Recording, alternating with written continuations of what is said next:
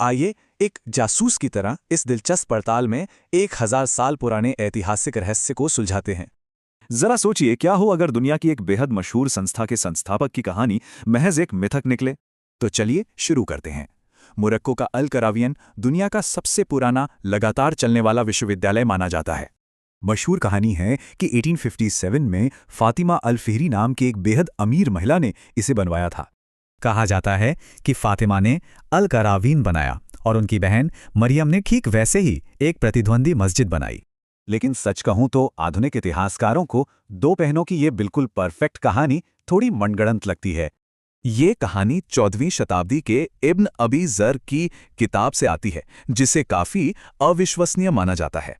Timeline देखें तो यह मुख्य लिखित विवरण इस कथित घटना के कई सदियों बाद सामने आया था। अजीब है ना? फिर कहानी में ट्विस्ट आता है। 20वीं सदी में मरम्मत के दौरान एक छुपा हुआ ठोस सबूत मिला। प्लास्टर की परतों के नीचे देवदार की लकड़ी पर कूफिक लिपि में खुदा एक पुराना शिलालेख मिला। एक जांचकर्ता के तौर पर सबसे अहम सुराग है उस लकड़ी पर खुदा हुआ साल 877 ईस्वी। और हैरान करने वाली बात, उस पर लिखा है कि स्थापना दाऊद इब्न इद्रीस ने की थी, फातिमा ने नहीं। तो विशेषज्ञ पुरानी लोक कथाओं और इस लकड़ी के ठोस सबूत के बीच के भारी टकराव को कैसे समझाते हैं? इस शिलालेख को लेकर दो अलग अलग अकादमिक सिद्धांत हैं। चलिए एक एक करके इनकी गहराई से जांच करते हैं। इतिहासकार गैस्टन देवर्दुन का मानना है कि ये लकड़ी का पैनल शायद किसी और मस्जिद से लाया गया था। वहीं शफीक बिन चकरौन इसे ही असली शिलालेख मानते हैं, जिसे 12वीं सदी में शायद जानबूझकर छिपा दिया गया था।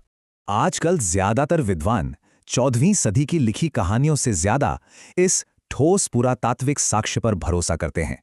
एक सच्ची पड़ताल में हमेशा भावनाओं से ऊपर उठकर ठोस और भौतिक सबूतों का ही पालन करना चाहिए। यह पूरी कहानी सदियों पुरानी लोक कथाओं और सामने आए कठोर पुरातात्विक सबूतों के बीच एक दिलचस्प टकराव दिखाती है। अंत में एक सवाल, क्या संस्थापक का मिथक होना संस्था के असली ऐतिहासिक प्रभाव को कम करता है?